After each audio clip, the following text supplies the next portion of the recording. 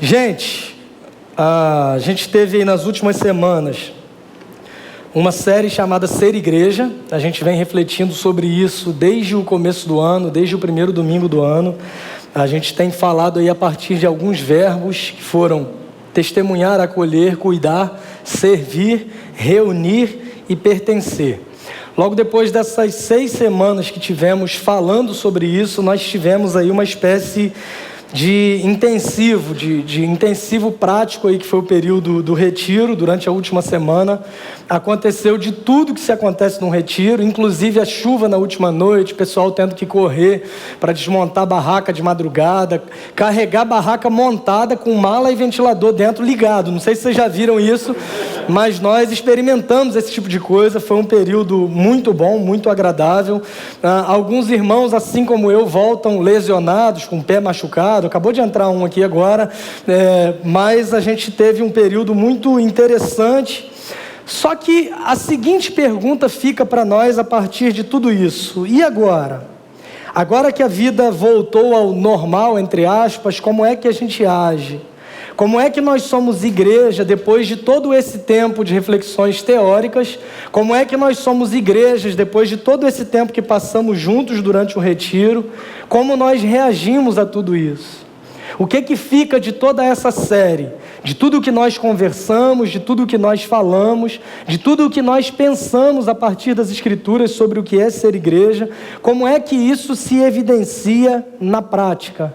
Como é que nós vivemos isso de fato? E há um livro na Bíblia muito interessante que registra o início da história da igreja. Esse livro é o livro de Atos dos Apóstolos. É uma bela trajetória, um livro histórico que vai desde Jerusalém, onde Jesus foi preso, até Roma, que era a capital do mundo na época. Atos dos Apóstolos. Nesse livro nós vemos esse relato histórico acontecendo.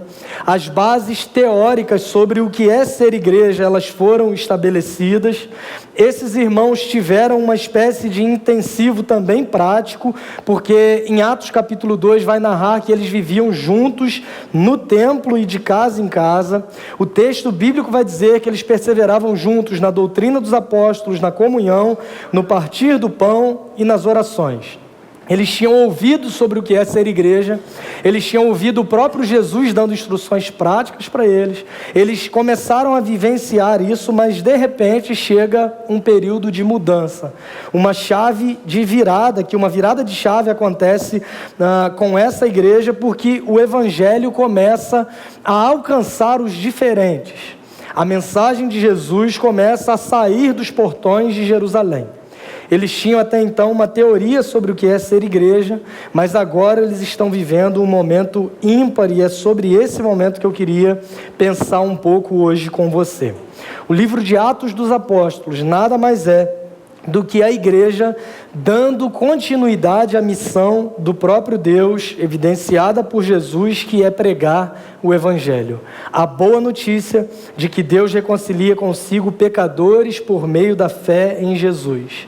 A boa notícia de que Jesus, que viveu uma vida perfeita, assumiu a nossa condenação morrendo na cruz, ele ressuscita ao 3º dia, ele restabeleceu essa comunhão que foi quebrada na queda com os pecados dos nossos primeiros pais, e que ele prometeu que um dia também ele voltaria para estabelecer o seu reino de modo pleno.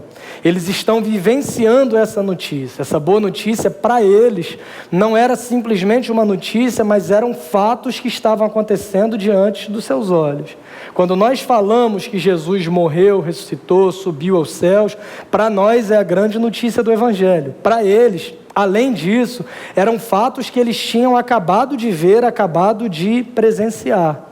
Atos começa logo depois de Jesus dar para os seus discípulos o que nós chamamos de grande comissão. Quando Jesus diz: vocês receberão poder quando descer o Espírito Santo e tudo mais, e eu quero que vocês vão por todo o mundo, anunciem todas as coisas que eu tenho ordenado, batizem as pessoas em nome do Pai, do Filho e do Espírito Santo, eu estarei com vocês todos os dias até o fim dos tempos, ou até a consumação dos séculos. E dentro dessa ordem dada por Jesus aos seus discípulos, há uma frase onde ele diz para os seus discípulos o seguinte: fiquem em Jerusalém até que vocês sejam revestidos de poder do alto. Eles precisavam ficar em Jerusalém até que eles fossem revestidos de poder. Esse revestimento de poder acontece em Atos capítulo 2, no que nós chamamos de dia de Pentecostes, e eles desobedecem a ordem de Jesus porque eles continuaram em Jerusalém. Deus usa um método muito didático, então, chamado perseguição, que vem sobre a igreja, e a partir da perseguição, eles começam a sair para anunciar e testemunhar sobre o Evangelho em todos os lugares. E aí o livro de Atos vai se desenvolvendo e se desenrolando. É bem interessante você acompanhar e ler na sua casa depois. É um livro de 28 capítulos e é bem interessante. O livro de Atos vai se desenrolando e você vai vendo a morte de Estevão, por exemplo, a instituição dos diáconos, a conversão de um homem chamado Saulo de Tarso e tantas outras coisas, até que nós chegamos até o capítulo que nós vamos ler hoje, que é o capítulo 11, que nos informa a maneira como Deus abriu a porta do Evangelho para os gentios. Quem eram os gentios? Todos aqueles que não eram judeus. O Evangelho, então, sai de uma comunidade de iguais, dos judeus em Jerusalém, e passa a alcançar os outros povos. A mensagem começa a chegar fora de Jerusalém, e o homem usado por Deus para anunciar o Evangelho fora dos portões de Jerusalém é um apóstolo chamado Pedro. Pedro, ele vai pregar num lugar chamado Antioquia. A igreja ela está crescendo, a mensagem alcançando os diferentes, a igreja saindo da zona de conforto. É momento para esses irmãos, então, dessa virada de chave de um novo começo. A grande questão é que, diante desse fato, surgem reações diferentes de diferentes grupos. E é diretamente sobre isso que a gente queria pensar hoje de manhã e refletir sobre isso, para pensar onde nós nos enquadramos em toda essa história. A igreja de Jerusalém era a igreja mãe dessa nova igreja que estava surgindo em Antioquia, entre os gentios. Pedro retorna dessa viagem, que ele foi orientado pelo próprio Deus aí, e quando ele retorna dessa viagem, ele é questionado pela igreja mãe, pela igreja de Jerusalém, sobre o que ele tinha feito. Ele apresenta uma espécie de relatório do seu trabalho, e a partir desse relatório a gente consegue perceber algumas reações distintas, algumas que têm a nos ensinar sobre como devemos proceder, outras têm a nos ensinar sobre como não devemos proceder, mas eu queria ler com você Atos dos Apóstolos, capítulo 11, versos 1 ao 26. A leitura ela é bastante longa, mas eu queria que você me acompanhasse com a sua Bíblia aberta ou com o seu aplicativo aberto aí. Atos 11, do 1 a 26. Esse é um momento histórico na vida da igreja, na história da igreja.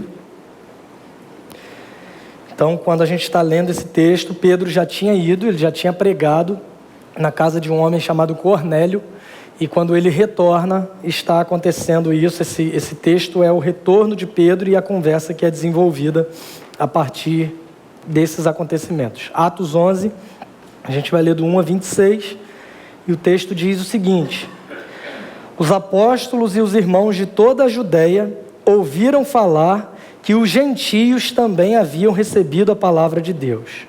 Assim, quando Pedro subiu a Jerusalém, os que eram do partido dos circuncisos o criticavam, dizendo: partido dos circuncisos eram os judeus, que acreditavam que você poderia até crer no Evangelho, mas você precisava se submeter a alguns rituais físicos da religião judaica para que pudesse ser aceito por Deus. A crise deles, a crítica deles, era que Pedro tinha ido até os gentios que não tinham esse costume da circuncisão, pregado o Evangelho e não tinha exigido que esses homens se submetessem aos mesmos rituais. Então, por isso, eles estão questionando Pedro.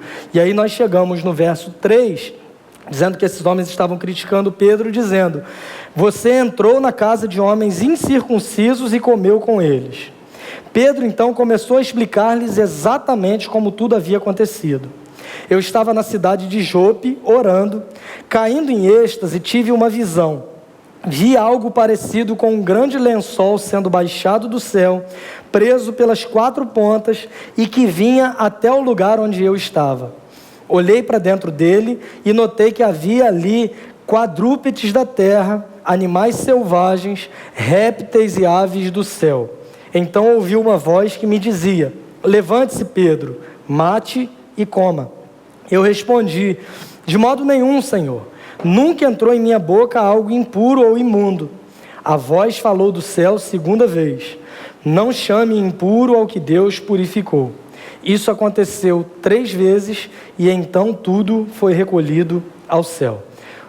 Para o judeu, esses animais eram animais impuros que não podiam ser consumidos. Se você olhar a lei do Antigo Testamento, você vai perceber que eles eram proibidos, e agora é uma forma de Deus sinalizar a Pedro que o evangelho não pertence mais apenas aos judeus que tinham a lei, que tinham os rituais, mas que precisava alcançar os diferentes. Então, antes de continuar o texto, carne de porco está liberado para a gente pode continuar a partir do verso 11, dizendo: na mesma hora, chegaram à casa em que eu estava hospedado 3 homens que me haviam sido enviados de Cesareia. O Espírito me disse que não hesitasse em ir com eles. Esses 6 irmãos também foram comigo e entramos na casa de um certo homem. Ele nos contou como um anjo lhe tinha aparecido em sua casa e dissera: mande buscar em Jope Simão, chamado Pedro. Ele trará uma mensagem por meio da qual serão salvos você e todos os da sua casa. Quando comecei a falar, o Espírito Santo desceu sobre eles como sobre nós no princípio. Então me lembrei do que o Senhor tinha dito: João batizou com água, mas vocês serão batizados com o Espírito Santo. Se, pois, Deus lhes deu o mesmo dom que nos tinha dado quando cremos no Senhor Jesus Cristo, quem era eu para pensar em opor-me a Deus? Ouvindo isso, não apresentaram mais objeções e louvaram a Deus, dizendo: então, Deus concedeu arrependimento para a vida até mesmo aos gentios. Os que tinham sido dispersos por causa da perseguição desencadeada com a morte de Estevão chegaram até a Fenícia, Chipre e Antioquia, anunciando a mensagem apenas aos judeus. Alguns deles, todavia, cipriotas e cireneus, foram a Antioquia e começaram a falar também aos gregos, contando-lhes as boas novas a respeito do Senhor Jesus. A mão do Senhor estava com eles, e muitos creram e se converteram ao Senhor. Notícias desse fato chegaram aos ouvidos da igreja em Jerusalém, e eles enviaram Barnabé a Antioquia. Este, ali chegando e vendo a graça de Deus, ficou alegre e os animou a permanecer fiéis ao Senhor de todo o coração. Ele era um homem bom, cheio do Espírito Santo e de fé, e muitas pessoas foram acrescentadas ao Senhor. Então Barnabé foi a Tarso procurar Saulo, e quando o encontrou, levou-o para Antioquia. Assim, durante 1 ano inteiro, Barnabé e Saulo se reuniram com a igreja e ensinaram a muitos. Em Antioquia, os discípulos foram pela primeira vez chamados cristãos. Feche seus olhos se você puder. Senhor, obrigado pela leitura da Tua palavra. Obrigado porque, por meio desse acontecimento histórico e ímpar na vida da Tua igreja, a gente pode refletir, ser desafiado e pensar onde nós nos enquadramos nessa história toda. Perceber alguns tipos de reações tão comuns aqui, que são tão comuns aos nossos dias, e pedir a ajuda ao Teu Espírito Santo para nos corrigir, a fim de que andemos de acordo com o que o Senhor quer de nós. A gente ora pedindo para que seja assim, em nome de Jesus. Amém. Até então, o povo de Deus era conhecido como os do caminho, o povo do caminho. Nesse lugar, eles são chamados de cristãos pela primeira vez. Só um fato interessante que é narrado aqui no último verso. Você percebeu que há algo acontecendo. Esse texto ele não é prescritivo, não é um texto profético, ele está simplesmente narrando tudo o que aconteceu, narrando o que essa igreja está pedindo para Pedro explicar, narrando a explicação de Pedro. Pedro menciona fatos que estão narrados no capítulo 10, por exemplo, quando Cornélio está orando e o anjo vem até ele e diz que ele deveria buscar um homem chamado Simão, que ele traria uma mensagem que salvaria ele e toda a sua casa. E diante de todo esse acontecimento, nós vemos alguns tipos de reações ocorrendo aqui, e o tipo de reação que você tem normalmente determina o tipo de pessoa que você é. O que eu queria pensar com você é olhar para esse texto e perceber algumas coisas. Em primeiro lugar, do verso 4 até o verso 17, Pedro está dando explicações sobre o que aconteceu, sobre como ele foi parar nesse lugar e sobre a razão pela qual ele foi pregar o evangelho na casa de um homem que os judeus não achavam legal nem que ele entrasse na casa desse homem e comesse com eles, e Pedro está dizendo como ele foi levar o evangelho até esse lugar, até essa casa, até essa família. O primeiro tipo de pessoa que a gente vê representado nesse texto são os realizadores. Aquelas pessoas que fazem as coisas acontecerem. E essas pessoas são representadas, olhando para esse texto, por meio do apóstolo Pedro. Você percebe que ele está relutante em atender a ordem de Deus. A primeira vez que ele tem a visão de um lençol descendo, amarrado pelas pontas, com animais dentro, e a voz do céu dizendo: Pedro, levante-se, mata e coma, a resposta dele mostra de imediato a sua relutância. Ele não obedece de imediato, mas isso acontece por 3 vezes, porque todas as vezes em que isso acontecia, ele diz para Deus o seguinte: de modo algum, Senhor, na minha boca jamais entrou algo impuro, na minha boca jamais entrou algo imundo, então eu não vou fazer. Mas é interessante que mesmo relutante em atender a ordem de Deus, Pedro, depois de uma certa discussão ali, depois de presenciar essa mesma visão por 3 vezes, ele é alguém que se dispõe a obedecer a Deus, ele é alguém que se dispõe a levar o evangelho para além dos muros de Jerusalém. O Flávio pregou aqui na última semana, antes de irmos para o retiro, sobre um texto de Efésios, que diz que a parede da inimizade que separava judeus de gentios foi quebrada por meio da obra de Cristo. E é exatamente isso que está acontecendo aqui. A mensagem do evangelho está alcançando os que não são judeus. Só que essa notícia não foi muito bem aceita por aqueles judeus tradicionais. Essa notícia não foi muito bem recebida e abalou esses homens que eram presos à lei, às tradições e aos rituais, porque eles imaginavam durante toda a sua vida que os gentios precisavam primeiro tornarem-se judeus, se converterem ao judaísmo, se submeterem à circuncisão, se submeterem aos rituais da religião judaica, para depois disso então se tornarem cristãos. Eles se consideravam mais dignos do que os demais. Eles se achavam pecadores e dependentes de Deus, mas nem tão pecadores assim quanto os que são gentios. E é muito provável que você conheça gente assim também, e talvez você seja esse tipo de pessoa também, que vive se comparando com o que há de pior, a fim de melhorar um pouco a sua imagem diante de Deus e diante dos outros. Era mais ou menos essa a postura desses homens, e Pedro se dispõe a levar o evangelho além de Jerusalém, e ele é questionado então por esses homens, mas ele não se importa com isso. Ele tinha muito claro na sua mente, ele tinha muito claro de quem tinha dado essa ordem para ele, e ele se dispõe a obedecer o Senhor. Ele foi à casa de um gentio, ele pregou para esse homem, ele pregou para os seus familiares, e o texto vai nos dizer que todos creram e foram salvos. Pela primeira vez, a mensagem do evangelho está saindo das portas de Jerusalém. Pela primeira vez, a mensagem do evangelho está alcançando gentios, e nós podemos dar graças a Deus pela vida do apóstolo Pedro, porque ele se dispôs, porque ele decidiu obedecer a Deus, porque ele se tornou um instrumento nas mãos do Senhor, e por causa da sua obediência nós vemos todas essas coisas passando a acontecer, de modo que o evangelho chega também até nós, que não somos judeus, que não somos descendentes do judaísmo, que não somos frutos da religião judaica, que não estamos submetidos a todos os rituais e regras, que não estamos presos a essa religiosidade fria da lei, mas ainda assim a mensagem do evangelho chega a nós, porque lá no início, por meio do apóstolo Pedro, que se dispôs, que quis obedecer a Deus, que decidiu obedecer a Deus e anunciar a mensagem do evangelho,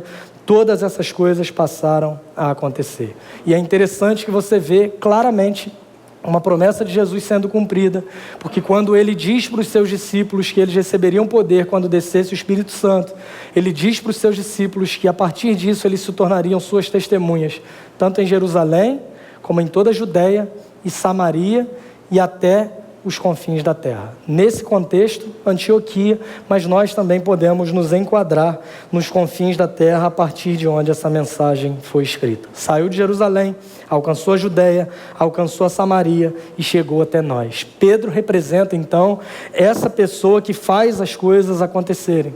Pedro é a figura dos realizadores. Pedro é a representação exata de alguém que se dispõe a abandonar a zona de conforto, a abandonar o lugar onde ele se sentia acolhido, tranquilo, protegido, para obedecer uma ordem de Jesus que era pregar o Evangelho. Diferente dos primeiros discípulos que ficaram em Jerusalém e só saíram depois da perseguição, Pedro abre mão da sua zona de conforto para obedecer a Deus e, como resultado, pessoas são alcançadas, se reúnem agora como uma nova igreja por meio da pregação do Evangelho, a partir de um homem que estava disposto a ir e obedecer. Realizadores, os que fazem as coisas acontecerem. Mas em segundo lugar, nós vemos aqui também no primeiro versículo que diz o seguinte: os apóstolos e os irmãos de toda a Judéia ouviram falar que os gentios também haviam recebido a palavra do Senhor.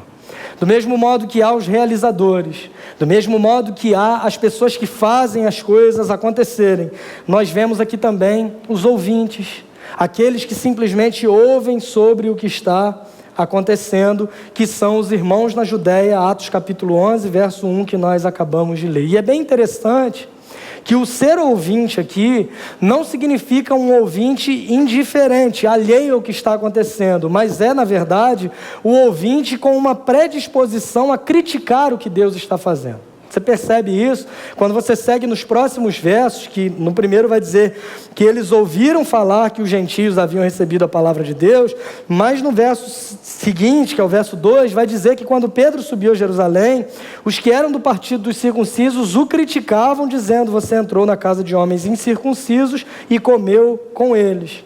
Eles criticam Pedro a respeito do seu procedimento e eles exigem explicações do próprio Pedro por ele ter entrado e comido na casa de gentios de um homem incircunciso. O que esses homens estão fazendo?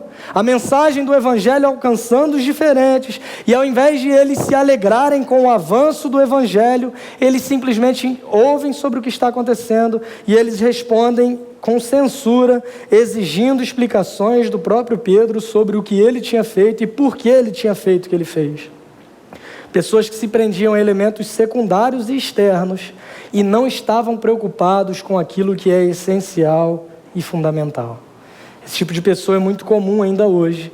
É gente que dá muito mais valor ao tradicionalismo religioso do que a indivíduos.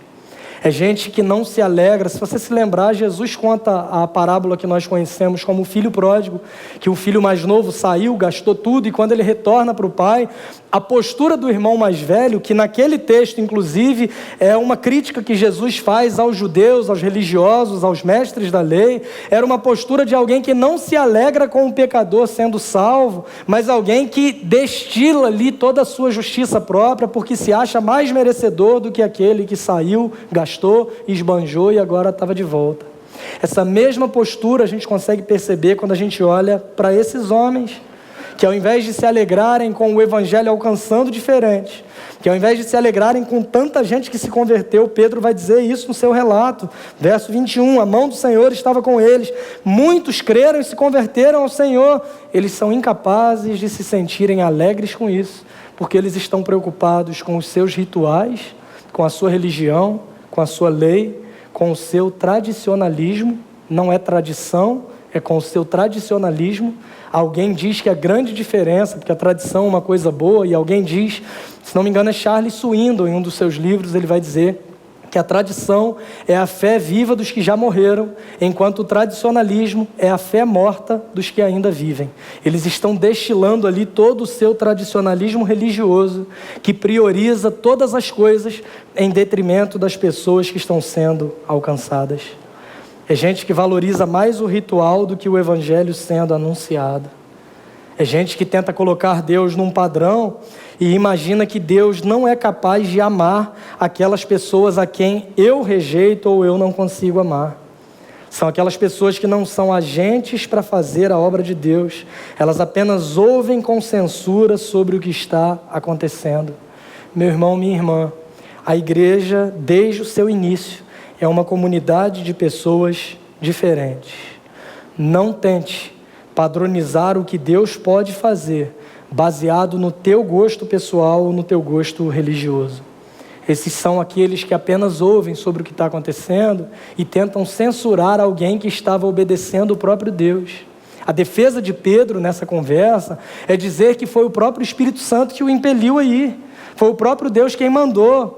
Eu não poderia me opor, ele vai dizer em um momento, eu não poderia me opor à voz do próprio Deus. Mas aquelas pessoas estão mais apegadas aos seus rituais, à sua necessidade de circuncisão, ao seu apego à religião judaica, do que o fato de o evangelho estar alcançando pessoas diferentes. Mas há um grupo pior nessa igreja aqui Aqui eu espero que não sei, né? Mas além daqueles que fazem as coisas acontecer, que são os realizadores, além dos ouvintes que só ouvem sobre o que está acontecendo, no verso 2 e 3 nós vemos a sequência da postura desses ouvintes, que é a postura daqueles que são opositores. Aqueles que se colocam intencionalmente contra aquilo que Deus está fazendo, que é exatamente o resultado dos que simplesmente ouviram. Agora nos versos 2 e 3, quando Pedro sobe a Jerusalém, esses que eram do partido dos circuncisos o criticavam, dizendo: você entrou na casa de homens incircuncisos e comeu com eles. Os membros legalistas daquela assembleia em Jerusalém criticaram Pedro porque ele entrou na casa de um homem gentio e ele participou de uma refeição com a família de Cornélio. Diante das perguntas que foram feitas, Pedro explicou, olha comigo o verso 12, ele vai dizer o seguinte: o Espírito me disse que não hesitasse em ir com eles. Pedro está explicando que a sua atitude se deu em plena submissão à orientação do Espírito Santo. Pedro está dizendo que desobedecer aquela ordem teria sido o mesmo que resistir ao próprio Deus. Versos 15 a 17. Quando comecei a falar, o Espírito Santo desceu sobre eles como sobre nós no princípio. Então me lembrei do que o Senhor tinha dito: João batizou com água, mas vocês serão batizados com o Espírito Santo. Se, pois, Deus lhes deu o mesmo dom que nos tinha dado quando cremos no Senhor Jesus Cristo, quem era eu para pensar em opor-me a Deus? Diante dessa resposta, por algum momento, aquelas pessoas se apaziguaram, e a gente vê isso no verso 18, que diz o seguinte: ouvindo isso, não apresentaram mais objeções e louvaram a Deus, dizendo: então Deus concedeu arrependimento para a vida até mesmo aos gentios. A impressão que nós temos é que aqueles homens foram plenamente convencidos pela resposta de Pedro, que o argumento de Pedro foi satisfatório e que eles foram convencidos e não criaram mais problema. Mas se você continua lendo o livro de Atos dos Apóstolos, você vai ver que já no capítulo 15 foi necessário convocar um concílio em Jerusalém para resolver o seguinte problema: judeus da religião judaica acreditavam que o evangelho precisava chegar nos gentios, mas antes disso eles precisavam se converter ao judaísmo. A mesma coisa, o mesmo discurso, o mesmo fato acontecendo, ou seja, por hora os ânimos daquelas pessoas se apaziguaram, mas eles não foram plenamente convencidos, porque a postura deles é uma postura de alguém que se opõe a tudo o que está acontecendo. Gente que é do contra, gente que critica pelo prazer de criticar, gente que só vê o lado negativo, o lado ruim das coisas, e esses eram esses homens. Eles teimaram em ensinar que os gentios precisavam se tornarem judeus. Leia comigo, Atos 15, de 1 a 5. Alguns homens desceram da Judéia para Antioquia e passaram a ensinar aos irmãos: se vocês não forem circuncidados conforme o costume ensinado por Moisés, não poderão ser salvos. O que eles estão dizendo? Que somente Cristo não é suficiente para a salvação. Que além de Cristo, eles precisavam se submeter aos costumes ensinados por Moisés. Irmãos, a mesma postura a gente vê ainda hoje. A questão não é a circuncisão. O grande problema aqui é acrescentar qualquer coisa além da obra de Cristo para que um homem possa ser salvo. Quando eu critico o que esses homens fazem aqui, mas eu digo que além de crer em Cristo, eu preciso dar uma oferta de primícias, eu preciso me submeter cegamente aos mandos e desmandos de qualquer líder religioso, que além de crer em Cristo, eu preciso, fazer uma peregrinação até tal lugar geográfico pelo menos uma vez na minha vida, subir uma escada de joelhos, descer uma escada de joelhos, levar um sabonete de arruda e colocar na minha casa para espantar o mal-olhado, comprar sal grosso na igreja porque ele está abençoado, está benzido e vai afastar todos os espíritos malignos da minha casa. Quando eu adiciono qualquer coisa à obra de Cristo, quando eu estou falando em termos de salvação, o meu pecado é exatamente o mesmo pecado que esses homens cometiam desde o início da história da igreja. Gente que acrescenta qualquer coisa à obra de Cristo é gente que está intencionalmente se opondo ao que Deus faz. E o que Deus faz? Salva pecadores unicamente por meio da fé em Jesus. Não é necessário mais nada. Não tem a ver com o que eu faço, não tem a ver com a minha postura, não tem a ver com aquilo que eu sou capaz de produzir. A salvação se dá unicamente pela graça de Deus. Quando eu adiciono qualquer coisa além de Cristo, eu estou me opondo ao que Deus está fazendo no mundo por meio da mensagem do Evangelho. Esses homens criticaram Pedro porque anunciou o Evangelho. Esses homens criticaram Pedro porque ele anunciou uma mensagem de que gentios podem ser salvos porque simplesmente creem em Jesus Cristo. É triste, irmãos, perceber que tanto tempo se passou e a gente continua caindo e incorrendo nos mesmos erros. Em Atos 15, a fim de esclarecer esse ponto fundamental para o cristianismo, os apóstolos e os líderes da igreja se reuniram em Jerusalém, num concílio geral, com o objetivo de silenciarem aqueles que tentavam limitar a liberdade do evangelho da glória e da graça de Deus. Quem se opõe à ideia de que Deus salva pecadores unicamente por meio da sua graça, está se opondo ao que Deus está fazendo no mundo por meio do evangelho. Mas olhando para esse texto, nós percebemos também mais um grupo.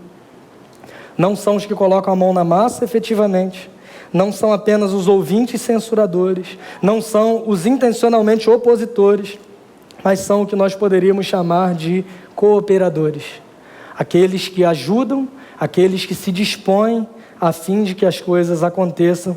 E esse grupo está representado a partir do verso 19, que diz o seguinte: os que tinham sido dispersos por causa da perseguição desencadeada com a morte de Estevão, chegaram até a Fenícia, Chipre e Antioquia, anunciando a mensagem apenas aos judeus. Alguns deles, todavia, cipriotas e cireneus, foram a Antioquia e começaram a falar também aos gregos, contando-lhes as boas novas a respeito do Senhor Jesus. A mão do Senhor estava com eles e muitos creram e se converteram ao Senhor. Notícias desse fato chegaram aos ouvidos da igreja em Jerusalém. De novo, crente fofoqueiro não é um negócio novo. A gente consegue ver aqui ao longo do texto, notícias chegaram, eles souberam, eles ouviram falar e não tinha nem rede social. A gente é bom nisso desde sempre, né? Mas aí notícias desse fato chegaram aos ouvidos da igreja em Jerusalém, e a postura da igreja de Jerusalém agora não é criticar ou exigir explicações, mas o que é que eles fazem? Eles enviaram Barnabé até Antioquia. Este, ali chegando e vendo a graça de Deus, ficou alegre e os animou a permanecer fiéis ao Senhor de todo o coração. Ele era um homem bom, cheio do Espírito Santo e de fé, e muitas pessoas foram acrescentadas ao Senhor. Barnabé então foi a Tarso procurar Saulo. Ele se lembrou que esse homem chamado Saulo de Tarso, ele havia se convertido, e quando o encontrou, é Barnabé quem traz Saulo para Antioquia. Assim, durante um ano inteiro, Barnabé e Saulo se reuniram com a igreja e ensinaram a muitos. Em Antioquia, os discípulos foram pela primeira vez chamados cristãos. Há nesse texto os que fazem acontecer, como Pedro. Há nesse texto os que ouvem sobre o que está acontecendo, como os irmãos da Judéia. Há nesse texto os que se opõem ao que Deus está fazendo, como os membros legalistas daquela igreja. Mas há naquele texto também pessoas que ajudam outras pessoas a fazer as coisas acontecerem. Quando a igreja de Jerusalém ouviu falar do crescimento da igreja em Antioquia da Síria, enviou para lá esse homem chamado Barnabé. O texto vai dizer um homem bom, um homem cheio do Espírito Santo e de fé. Esse homem era tão bom que os crentes fizeram até uma música louvando Barnabé ao invés de Jesus há um tempo atrás. Pode ser que você já tenha cantado, inclusive, uma música sobre isso, mas aqui não vem ao caso. Esse homem imediatamente se lembra que Saulo estava em Tarso e o chama para juntar-se a ele na obra de Deus, ao que Deus estava fazendo em Antioquia. Barnabé, conhecido como o filho da consolação, ele fez do seu ministério e da sua vida uma plataforma de investimento na vida de outras pessoas, para que elas pudessem também ser usadas nas mãos de Deus. Longe de ser um obstáculo para aqueles que queriam fazer a obra como os fariseus legalistas, Barnabé tem a postura de um homem facilitador, cooperador e encorajador daqueles que estavam engajados na obra de Deus. Esse é o fato. Diante de um mesmo fato, nós vemos 4 posturas totalmente distintas e cabe a nós pensarmos agora quem somos nós nessa história. Qual é o seu papel na igreja de Jesus Cristo? Como é que você tem sido representado diante do que Deus está fazendo no mundo e na nossa cidade? Como é que você se posiciona nesse momento de retomada? Como é que você age? Como é que você reage ao que você ouviu sobre ser igreja durante algumas semanas? Como é que você se porta a partir de tudo isso? Você é um dos realizadores? Será que você é daqueles que fazem as coisas acontecerem? Ou você está mais preocupado com as suas justificativas? Ah, mas a obra é de Deus. É fato que é de Deus, mas Ele decidiu que a sua obra aconteceria por meio de Ele usar pessoas dispostas a isso. Será que eu sou uma delas? Será que eu estou disponível para isso?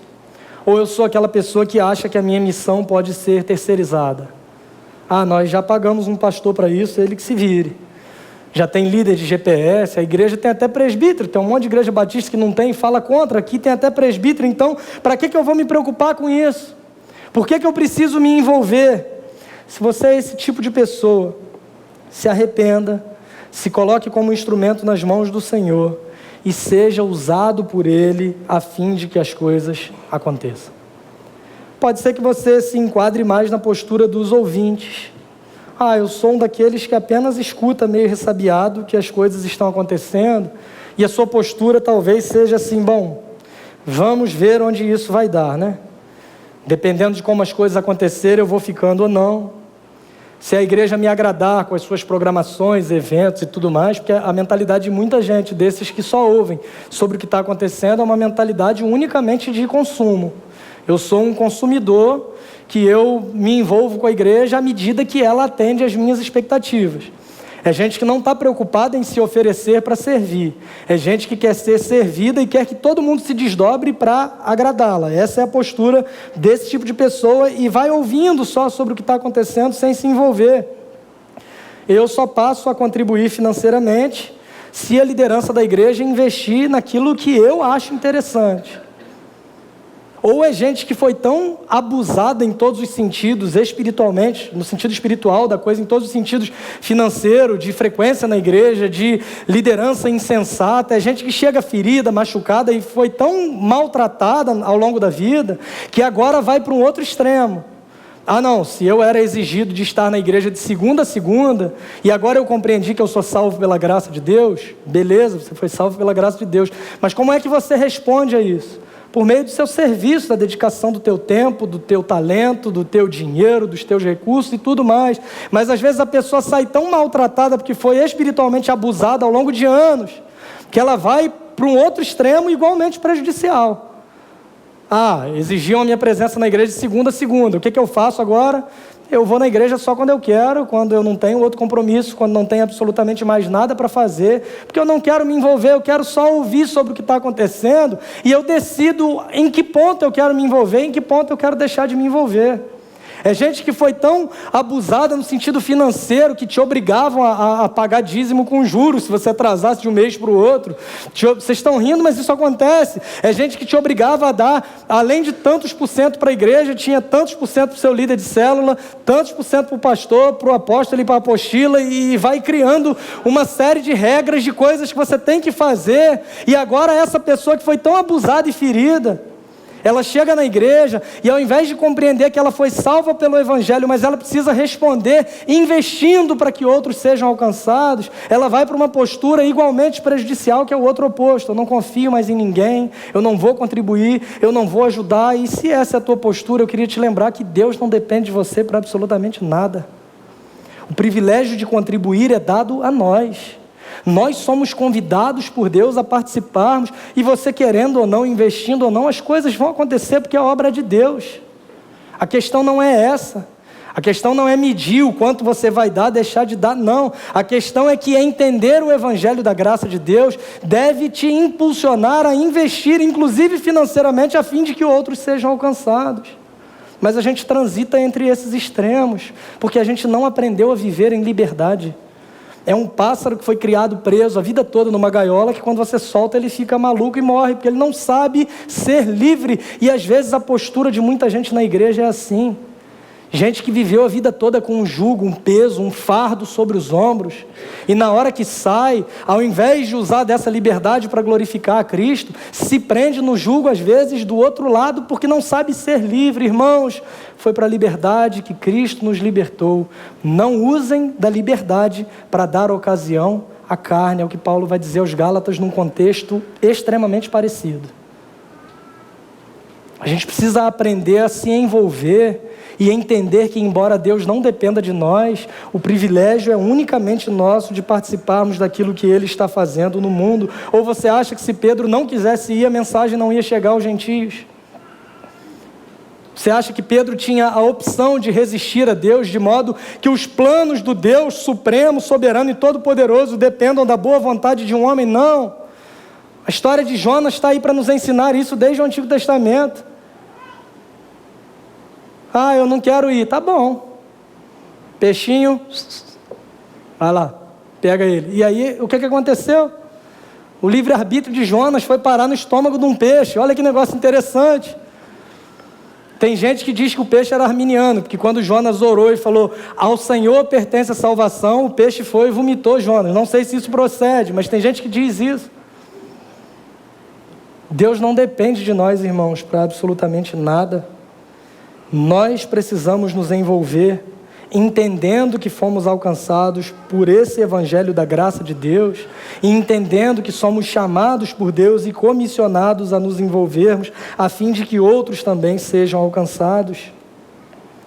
E a gente vai dando justificativa. Que frequência ao culto não leva para o céu? Não leva mesmo. Que comunhão eu posso relativizar? Não, a comunhão ela é importante, ela é fundamental. A gente passou algumas semanas falando sobre isso, sobre o fato de ser igreja e como isso se dá na prática por meio dos relacionamentos. Não é que você vai fazer essas coisas para merecer o céu. É porque você vai fazer essas coisas porque o teu coração está transbordando dos valores do céu, que você foi alcançado pela graça de Deus. Mas o quanto isso tem sido prioridade para você? Os ouvintes são esses que ficam satisfeitos em saber do que está acontecendo. Eu tenho que saber, então vou lá no Instagram da igreja uma vez por semana, uma vez por mês, dou uma olhada, o que importa é que eu saiba, mas não se envolve em absolutamente nada. Gente que prioriza qualquer coisa menos a igreja local. Que a igreja é a última opção quando não tem mais nada para fazer, nenhum outro compromisso, aí sim eu vou priorizar a igreja local, ou eu vou na igreja porque eu me sinto bem, porque durante o louvor eu saio arrepiado, enfim, são tantas justificativas. Ou você é um dos opositores, esse é pior, porque além de desconfiado, ele leva outros a ficarem assim também. Gente que se opõe ao que Deus está fazendo. Gente que só vê o lado ruim das coisas. Gente que reclama do que a igreja não tem ou não faz, mas é incapaz de compreender que ela mesma é parte da igreja e ela mesma pode desenvolver e fazer algo para que a igreja passe a ter. Mas não, é mais fácil viver só criticando tudo que acontece. Sei para que retiro. No momento em que as pessoas estão mais sedentas e precisando do evangelho, a igreja sai. Faz um culto no domingo de carnaval para você ver se esse infeliz vem. Não vem. Tenho certeza que quem reclama não estaria aqui. Ah, nossa igreja não tem EBD. Aí você faz um mini seminário, a pessoa vem? Não. É gente que se satisfaz em criticar, reclamar, tudo está ruim. Estou desabafando mesmo, estou nem aí, estou desabafando. Hashtag pronto, falei. São aqueles que se opõem ao que Deus está fazendo. Gente que tenta limitar o próprio Deus. Gente que tenta colocar Deus numa caixa que é a minha teologia, o meu modo de enxergar a vida, os meus valores pessoais, os meus gostos, aquilo que me agrada. Eu queria te lembrar de uma coisa muito importante. A igreja tem um dono, e o dono da igreja não é você e não sou eu, é Jesus Cristo, o Senhor da igreja que se entregou por ela. Mas por último, eu sou um dos cooperadores. Você vive para ajudar outras pessoas a fazerem as coisas acontecerem.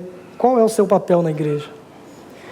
Eu entendo, irmãos, e concordo que liderança na igreja não é algo para todo mundo. Às vezes o teu chamado não é de fato para ser um realizador, para ser como Pedro, alguém na linha de frente que vai e faz e tudo mais.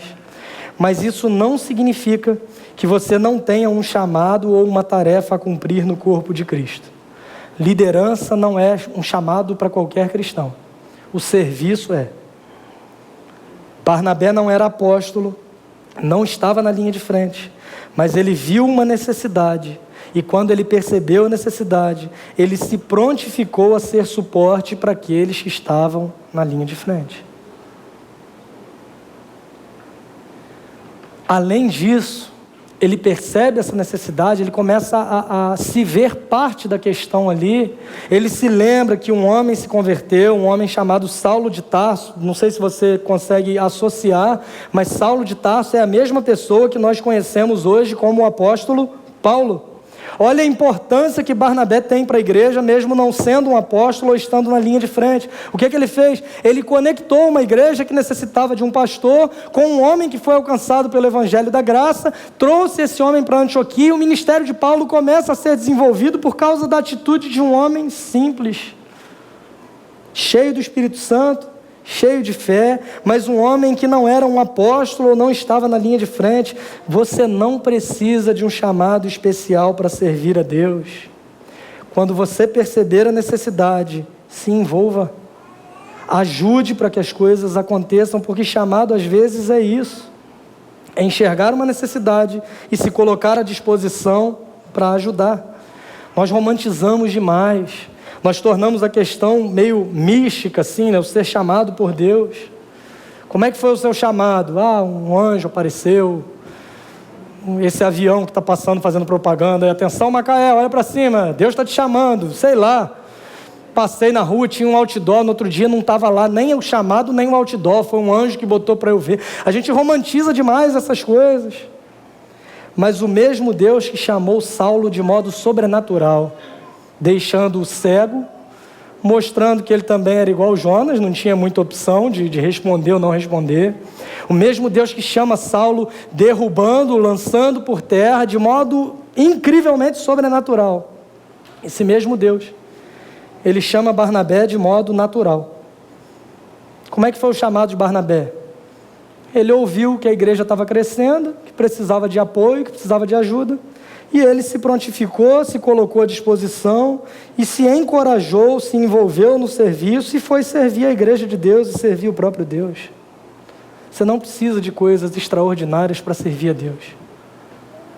Uma vez eu ouvi um testemunho de um grande missionário e aí perguntaram para ele o seguinte: como é que foi o seu chamado? Ele disse assim: eu li uma ordem e obedeci. E às vezes falta sermos mais práticos, sabe? Às vezes a gente fica condicionando, no dia que o anjo aparecer aqui, tem que ser de fogo. Um anjo de fogo aparecer e me chamar. Não preciso disso. Eu tenho o próprio Jesus, por meio da sua palavra, me chamando e me convidando e me comissionando, me ordenando a estar envolvido no que Ele está fazendo no mundo. Eu não preciso dessas coisas. Diante de tudo isso, irmão, se você tem sido daqueles que ouvem ou se opõem ao que Deus está fazendo, hoje é uma excelente oportunidade para você refletir sobre o teu papel na vida e na caminhada cristã. Assim como essa igreja está vivendo um momento de virada de chave, hoje pode ser um momento de virada de chave na tua vida e Deus te dando uma oportunidade para você recomeçar do jeito certo. Não saia daqui aborrecido comigo, chateado ou dando justificativas.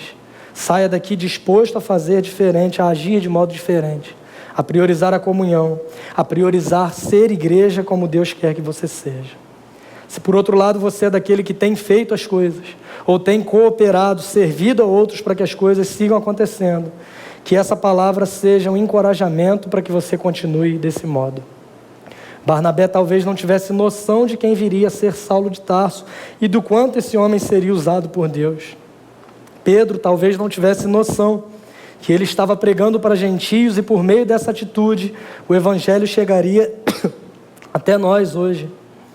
Não meça os resultados do teu serviço a Deus pelo tamanho da tua influência, mas pela tua fidelidade e disposição em obedecer. Deus te chamou para servir, não para ser influente. Portanto, faça de todo o coração. O que vale não é a posição que você ocupa, mas a fidelidade ao Deus que é dono da igreja. Ao Deus que não depende de nós, mas que ainda assim escolheu nos chamar para colaborarmos com o que Ele já tem feito. Na tua família, na tua casa, no teu GPS, nessa igreja, nessa cidade. A gente vive esse momento de retomada dos grupos pequenos nos lares, que é a igreja acontecendo na prática, a vida cristã sendo desenvolvida e aperfeiçoada por meio de relacionamentos intencionais que visam crescer à semelhança de Cristo. E qual vai ser a sua postura diante disso? Vai se opor? Pode ir embora se for. Vai apenas ouvir sobre isso? Ou vai se tornar um cooperador e alguém que trabalhe para que as coisas aconteçam? Estamos lançando hoje oficialmente o calendário de atividades da nossa igreja para esse ano. Muita coisa boa vindo por aí. Muita oportunidade para envolvimento. Mas que você enxergue todo esse movimento a partir dessa pergunta: quem sou eu na igreja de Cristo? Onde eu estou representado? Quem eu quero ser? Que Deus nos ajude e nos abençoe.